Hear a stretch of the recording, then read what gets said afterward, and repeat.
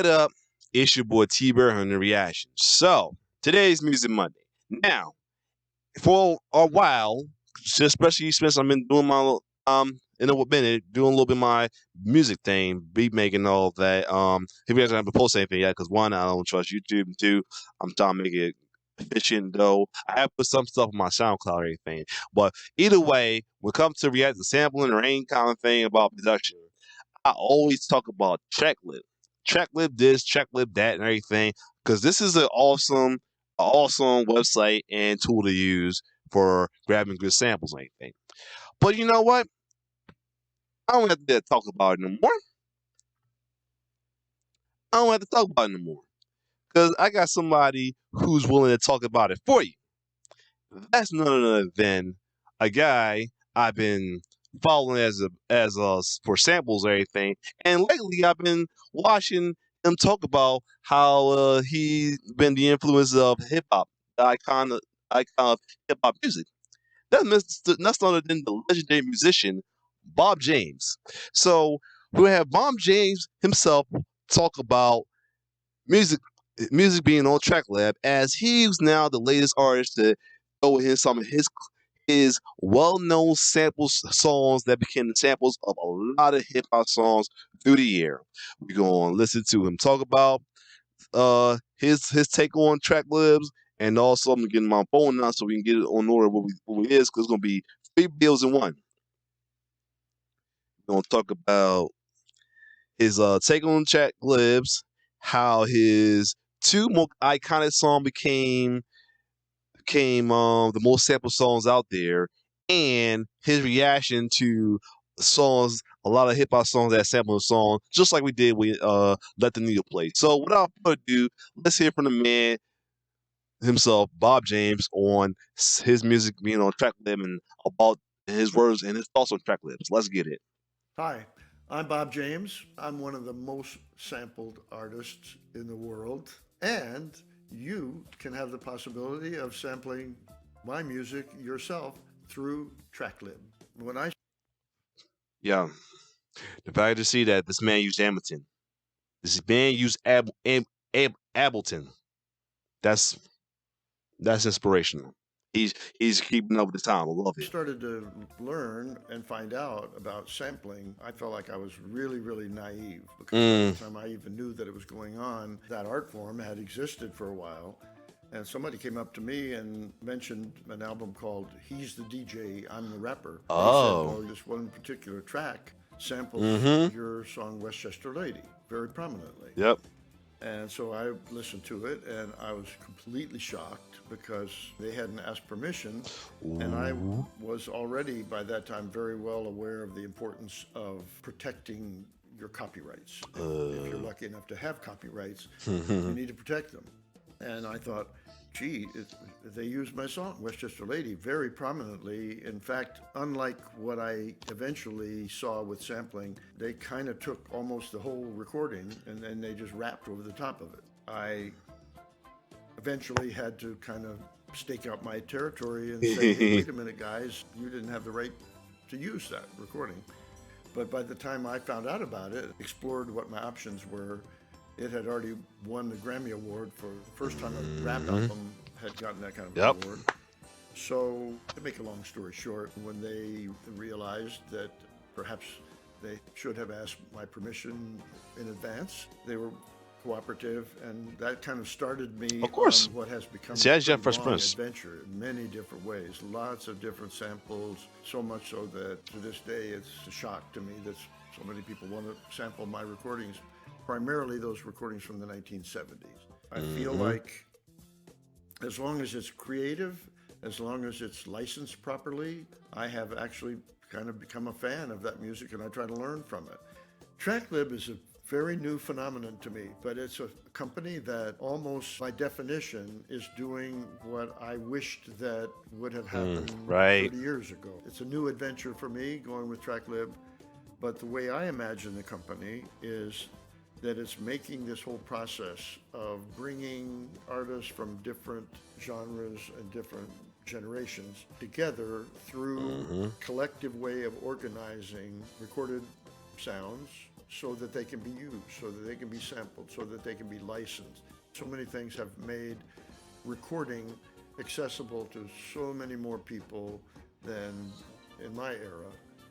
So, because of the fact that that's being done so much, it's very important for there to be a place where you can go and find out what the And regulations got are. tutorials If you too. like my Yeah, music, for example, and if you find it on Tracklib, you will be able to find out very quickly what it's going to I gotta look more about that too. I ain't know they had like tutorials on the YouTube channel. I gotta check it out that channel of track clips too. But yeah, cost and how much you could use and how you can use it and what are the legal ramifications of using it in a simple, organized way. I think it's fantastic. It's going to lead to many new creative things for the future. The way Tracklib can help new producers is just a gathering place, I think, and that no matter what your ideas are, theoretically you can go there and check out through an organized search engine something that will fulfill your creative need. If you're looking for some boogie woogie piano part, or if you're looking for the yep. crazy electronic hip hop sounds, Hmm. whatever, you're going to find it there in the huge library that they have. And not only can you find it, you can instantly find out what the options of using it and how to use it and how to license it and how to protect yourself. And if you're a content provider like I plan to be with Tracklib, I can feel like I'm comfortable that they're going to take care of me and make sure that we're all happy at the end of it. We're happy in a business sense and we're happy in the creative sense. X. That's my most exciting feeling, that all the conversations that I've had with the guys at Tracklib so far have been, how can we have more fun creating new music with all the incredible possibilities we have now with sampling. One of the things I'm looking forward to, haven't had the chance to do it yet, but I want to have it go both directions. I want to create something myself based upon what I might find at Tracklib. I might find a Okay. specific artist, producer, I hear something of theirs, and then I can hopefully use Tracklib as a launching pad to go back. Okay, I love what you did. Maybe we could do something together.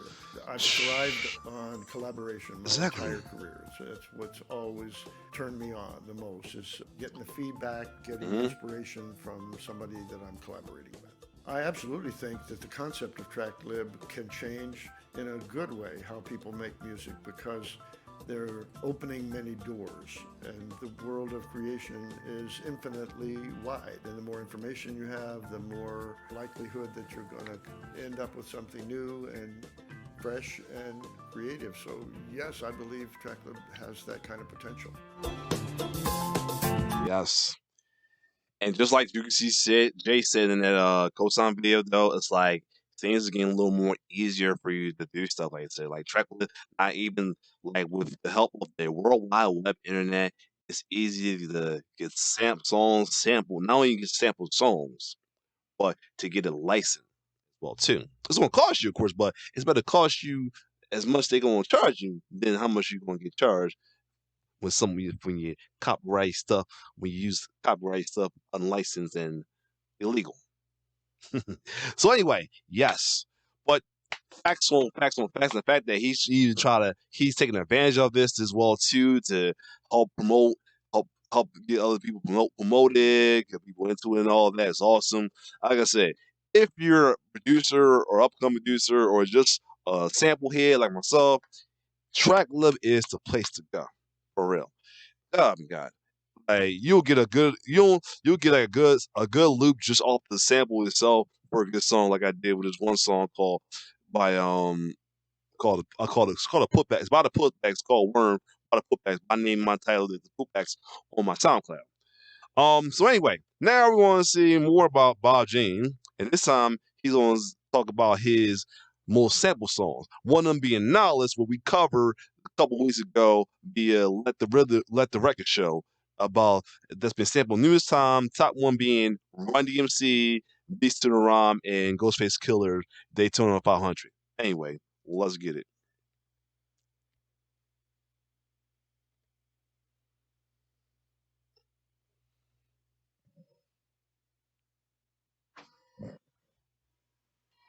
Hi, I'm Bob James. I'm one of the most sampled artists in the world, and you can have the possibility of sampling my music yourself through Tracklib.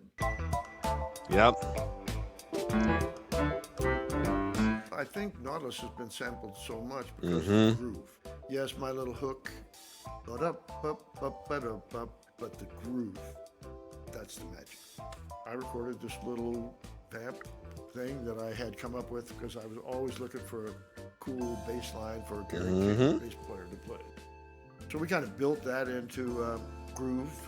The song felt really good. At that time, it didn't even have a title. I was experimenting around with ARP synthesizers at that time, and I came up with some kind of weird atmosphere sound in the intro, and my producer Creed Taylor said that sounds like a submarine to me. It's So like from that, it I'm did kind pretty of sure like it a was submarine. I Creed didn't thought about that that. realized that a very famous submarine was called Nautilus. Little did I know at Oh. that time that eventually Nautilus would end up finding its way into the hip hop world. I'm told that it's up into the 1,000 categories, and I Wow. got to give credit for both Idris Muhammad and Gary King, who made it feel so good. My little bass line.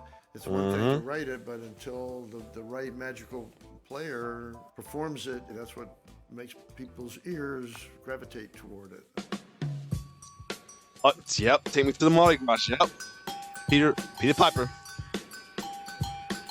The sample world deals with short chunks that have their own rhythm and can be repeated. That was definitely an aspect of my recording of Take Me to the Mardi Gras. The intro, we were only just establishing an immediate mood, an immediate vibe, an immediate identity, and apparently we did a good job of it. I was Look at man, that the hair. time Look at the hair. a big fan of Paul Simon, and both of us were represented by the same manager, Michael Okay. Tan. So it kind of made sense for me to look for something from Paul Simon's repertoire to record. I hired Ralph McDonald. I may have said, hey, Ralph, give me that Mardi Gras spirit. And so he basically played this fairly traditional sounding Latin American go-go bell rhythm. And we liked it. Okay. Way after the fact, that chunk, that sample, had its own name, the Bells. And now I even see it, hip hop radio station, they're called the Bells. Crazy. Can I explain it? Rock the Bells No radio. way. Yep. But little by little, that life that it had and that identifiable sound resonated in this amazing way with the hip hop community, and I love it. Well, I loved being in the middle of trying to have any kind of a conversation with Biz Markie. I became aware that he was going back and forth with Questlove. And Okay. they were both arguing about my recording of Take Me to the Mardi Gras. And Biz Markie was claiming at that time that he alone had this secret recording that did not have these bells on it. Oh. And even though it's possible these days technically to do some pretty crazy things where you could filter out elements of a recording, just the exact frequencies. It may have been possible for that to be done, but I could say categorically, since it was my recording, there was no mix, remix, or anything else like that in which the bells were left out. Biz, I love the fact that you have this kind of mystery storyline and maybe adding to the lore to Take Me to Mardi Gras. So I don't want to disabuse you of the debate that you guys are having. I'll just say that I'm glad it got sampled, and I'm just glad to be a part of Go-Go Bell history. Ralph was always very prominent on my recordings, and we worked together in the studio in so many different ways. Sometimes I was a sideman on his sessions, and sometimes he was a sideman on my sessions. In this particular case with Take Me to Mardi Gras, I was the beneficiary of having hired him, and to whatever degree that Magic Go-Go Bell part paid off, I got the fringe benefit of it being the owner of the copyright on my recording. But almost at the same time, there was a recording that I was very much involved with by Grover Washington Jr. called Mr. Magic. Oh, we want to talk about Mr. Magic. Okay. First thing first, before we go there, though, like I said, I was already like told you because of Nasbos, I was becoming more and more a fan of Mod Jamal, but now like and many others, but Mod Jamal was my top guy. Now Bob James about to be my top guy on Mod Jamal. Crazy about it. I was a big fan of jazz growing up as a teen and kid and everything, but now I'm like just for sample purpose, I like stuff like this. Anyway, let's see what this is all about. Oh, he helped. Oh, he's part of that. Okay. And on Mr. Magic, uh, Ralph McDonald happened to be the composer and the owner of the copyright of the song, Mr. Magic. Okay. So when Mr. Magic got sampled by hip hop artists, and it was very, very widely sampled too, Uh-huh. it wasn't my copyright, it wasn't my album, it was Grover Washington's album, Right. and I was only the arranger. Oh, Similarly he arranged to it. Okay. Ralph was only the Nice. percussionist on my Take Me to the Mardi Gras. So on Mr. Magic, I got no royalties because I had no ownership. And I was paid as an arranger in the same way that Ralph was paid as the percussion guy on my record. So I kind of rationalized it in that way that Ralph got the benefit of my vamp on his song, and I definitely got the benefit of his percussion playing Take Me to the Mardi Gras. Nice. So he did that. Oh, okay. Angela became iconic mostly because of the success of Taxi. Wow. When I perform it live, there's a very interesting aspect of it to me. When I play the very beginning, I get an applause. Will be sampling it too. Who are familiar with it from the very first moment that they hear. I want to be somebody a little bit. We just rapping over the theme. Well, I even know extra stuff, but still, got a little bass guy. The sound, but it is not the melody. It's just the intro. But then 8 measures later, my melody comes in. Okay. And I get another applause. So there's a kind of a double whammy recognition applause from my fans or from my audience that just warms my heart and makes me feel good. And no matter who I've got playing with me in my band, we look at each other at that moment and smile because it's one of those times when you have a kind of immediate bonding with your audience. One of the producers of a brand new TV sitcom described one of the first episodes to me, and Judd Hirsch, who played the lead character, he's nervous about meeting with the telephone answering service lady. Oh, true. And since her name is Angela. Was Angela, I just put this title of Angela on this music cue. Okay. So I recorded it, and very soon after that, the producer approached me and said, Bob, we think this piece fits the mood of what we're trying to establish as the opening credits and as the vibe of our show. So Yes. I saw the shot that they had made of the taxi going across the bridge at dusk in this kind of mellow way. Then I could see why the producers liked this piece of mine. Nice. Randomly found this life that turned out to be played thousands and thousands of times. And the show became successful, and it was syndicated all over the world. And I found out that this background music composition, which I called Angela, took on a crazy, wonderful life. There you go. Yep. Westchester Lady, I was just trying to come up with some line for my bass player, Gary King, to play, and I came up with this.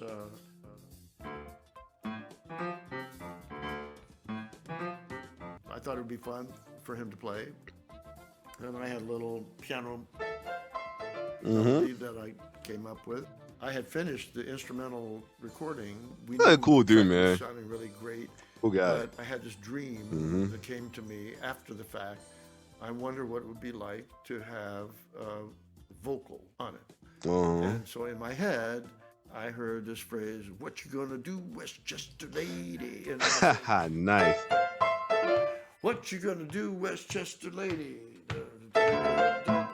Nice. So I told Creed Taylor about having this idea and what would he think about bringing in a vocal ensemble. Creed Taylor at that time, even when I brought it up, said, "Yeah, Bob, I don't know, you're a jazz piano player. It's not that kind of an album." But he let me do it. He indulged me, and so I put together a group, background vocalist, that happened to include several singers who later, after Ooh, that, became who is this? very, very successful. But at that time, they were basically just studio background singers. And Who are two of they? them happened to be Patty Austin Oh, and Luther Vandross. wow. And they're listening on headphones, and we did this Nice. background vocal. What you gonna do, Westchester lady? And Talk about humble beginnings for two legends, especially Luther Vandross. Like I said, first, if you know Luther's story, he's always been like he always had the most humble beginnings in his music career, like the most humble in beginnings. Luther though. Patty, but sure though, but Luther definitely. Luther Vandross, of course, is a magical. Everything he Hmm. sang was completely magical. But after the session, somewhat Wow. reluctantly, but also instinctively, we kind of felt that we already had a great sounding instrumental record, and we put the vocal aside.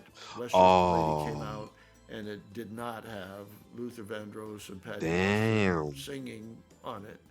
And years later, again, both of them came to me, especially Luther, who said, Bob, you really messed up. If you Hmm. kept me on there, you'd have had a really big hit. We attempted many, many years later to find those background vocals.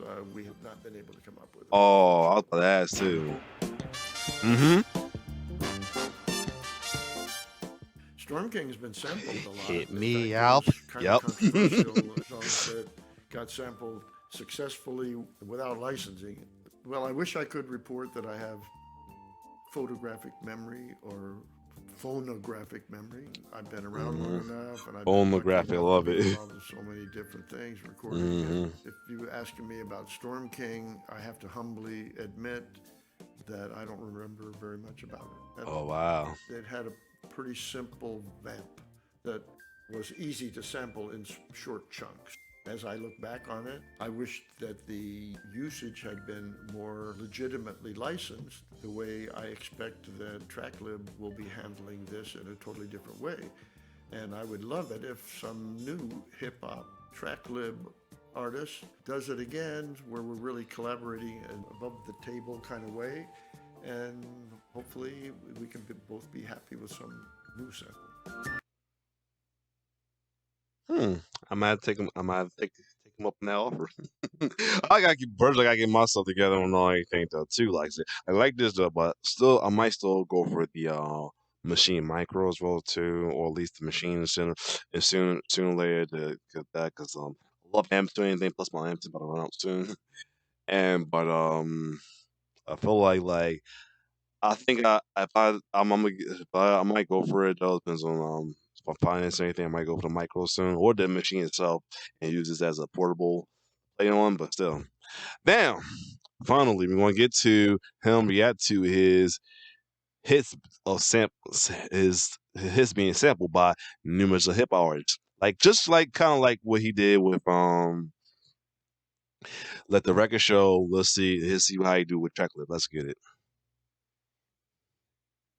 Hi, I'm Bob Except James. more, we're no more, but just not just Run DMC and Ghostface Killer. We're know by other stuff, other artists who sample as well too. So let's get it. I'm one of the most sampled artists in the world. And I got to admit, I know about Ghostface Killer. Cool. I don't even know whether that's the name of a group or a person. If I did meet Ghostface Killer, I wouldn't know whether to Mm, call him Ghost mm, or would I call him Mr. Killer.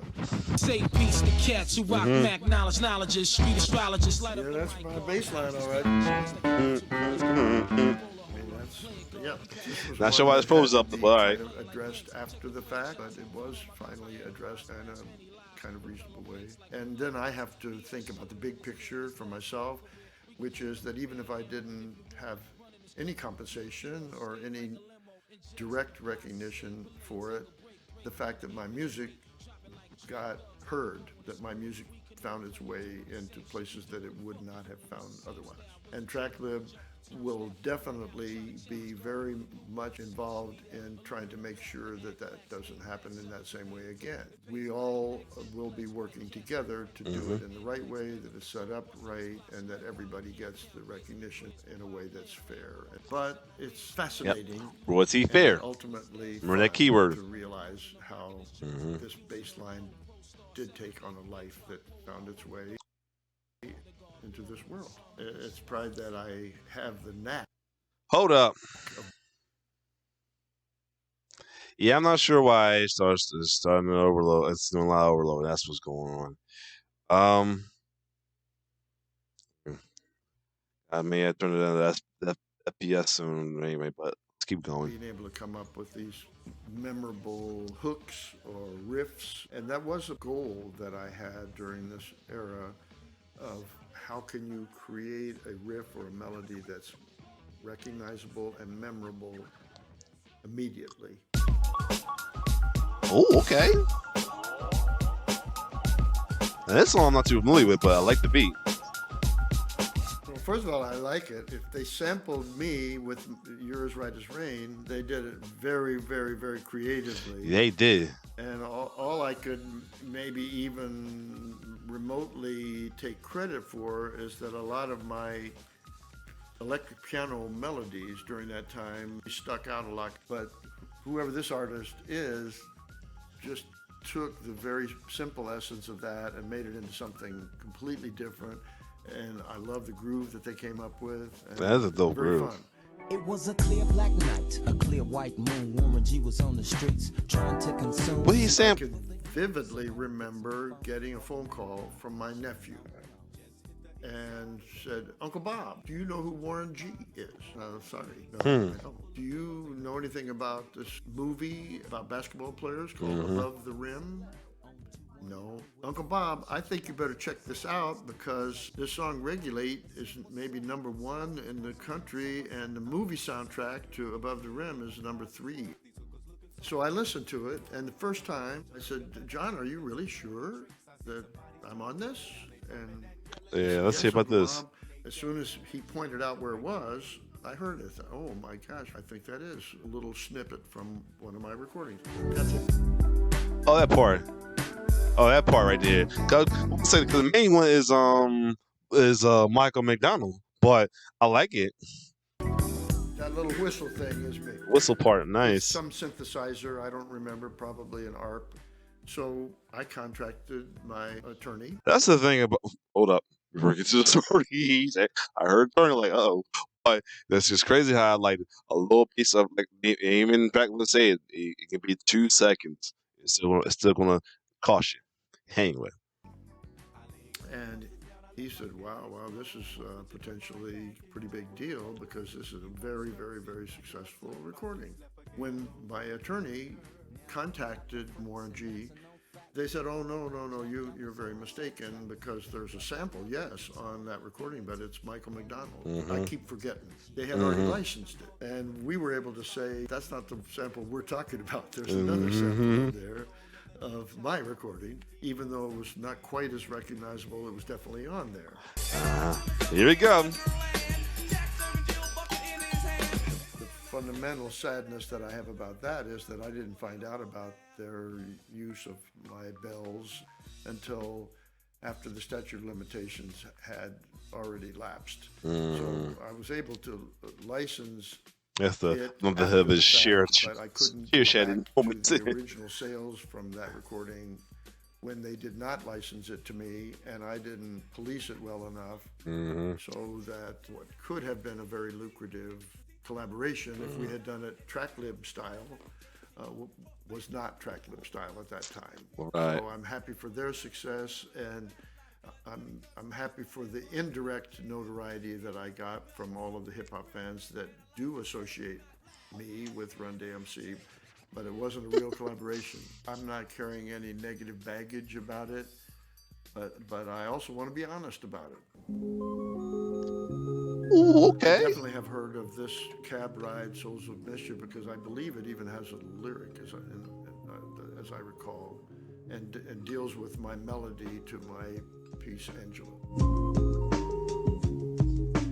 This is a very good demonstration of not being a sample. It's an interpretation of my composition. They didn't take my recording, they took my song, Angela, they replayed it, but they repeated where I don't repeat. They took my melody and changed it. And legally, there are two different kinds of copyrights. Wow. The copyright of the composition itself and the actual recording. Lots of different samples. So much so that to this day it's a shock to me that so many people want to sample my recordings. As long as it's creative, as long as it's licensed properly, I have actually kind of become a fan of that music, and I try to learn from it. Then the fat cab came to my rescue.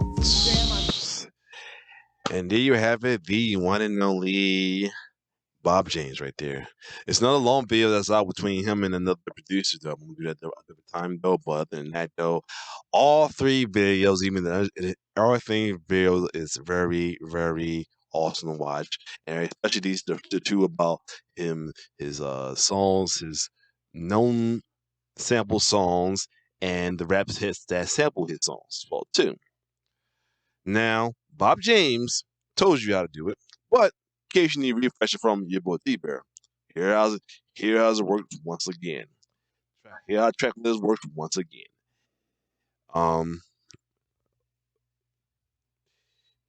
Plans and pricing. Free, free. But it's standard, pro, and essential. Well, sorry, Essential, Standard, Pro. Essential is the lowest one, is $5.99. If you're just using it right now, that's why I'm on right now, because I'm just using it to get an idea of it. But I sooner or later down the line might go for Standard and possibly Pro. Who knows? And they do 1,000, and then we get to the fun part, the licensing. Here's the breakdown of licensing once again. Songs on the category C is $50 per license. Is songs on the category 5. Category B, $500 per license. And category A, which is crazy about it, I haven't really come across a category A yet. Even some of his stuff, Bob James, and the Isaac Hayes stuff, I came across the highest I've seen is category B. So it'd be rare you catch a category A. But other than that, it's $1,500 a license. Then here's how the revenue share is just broken down. 2% for 2 second, a 2 second. Even if it's up to 10 minutes, if it's up to you can loop 5 to 10 seconds. It's still only 5 seconds of sample time. 15 seconds is 10% for the C and 60, and so on, so on. Go to the website, you got it though. And once you get done, get your song registered, so you won't get in trouble. Because if you do, you're gonna be paying more than what they offering here, and more, and more, and more, and more. I'm just saying. I'm talking my ass, but I'm bitchy is going to be cost whatever they sue you for. It's going to be costing more than that. Anyway, and like always, I'm going to throw in my referral for you, because with my referral, this is a refresher. With my referral, myself will get 10 credits, and you will get a 30-day free trial along with 15 credits. So, other than that, the link's going to be on the description and the top comment. So, if you like my reaction to all three videos, like, share, subscribe to my YouTube channel, and definitely check out Tracklib's and here's the other the beautiful thing about Tracklib as well too. Let's go. I know I'm making this video longer than it's supposed to be, but here's the thing about Tracklib I love. If you can't think of a loop you got, they can get a good loop for you. Like, you can just play it, and they have a certain loop set up for the right time. Let's just take a listen. If it plays.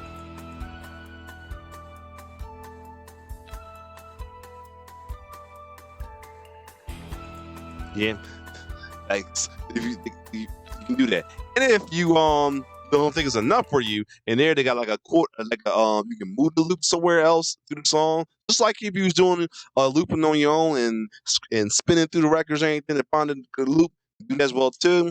And they even got loop 7 go up to, some will go up to 8, some will go up to 4 and 2, even on 1 second. Who knows? Other than that, I mean, not 1 second, 1 bar. Anyway, other than that, if you like my reaction, like, share, and my information on Tracklib. Like, share, subscribe to my YouTube channel. It's your boy T-Bear signing off. One love.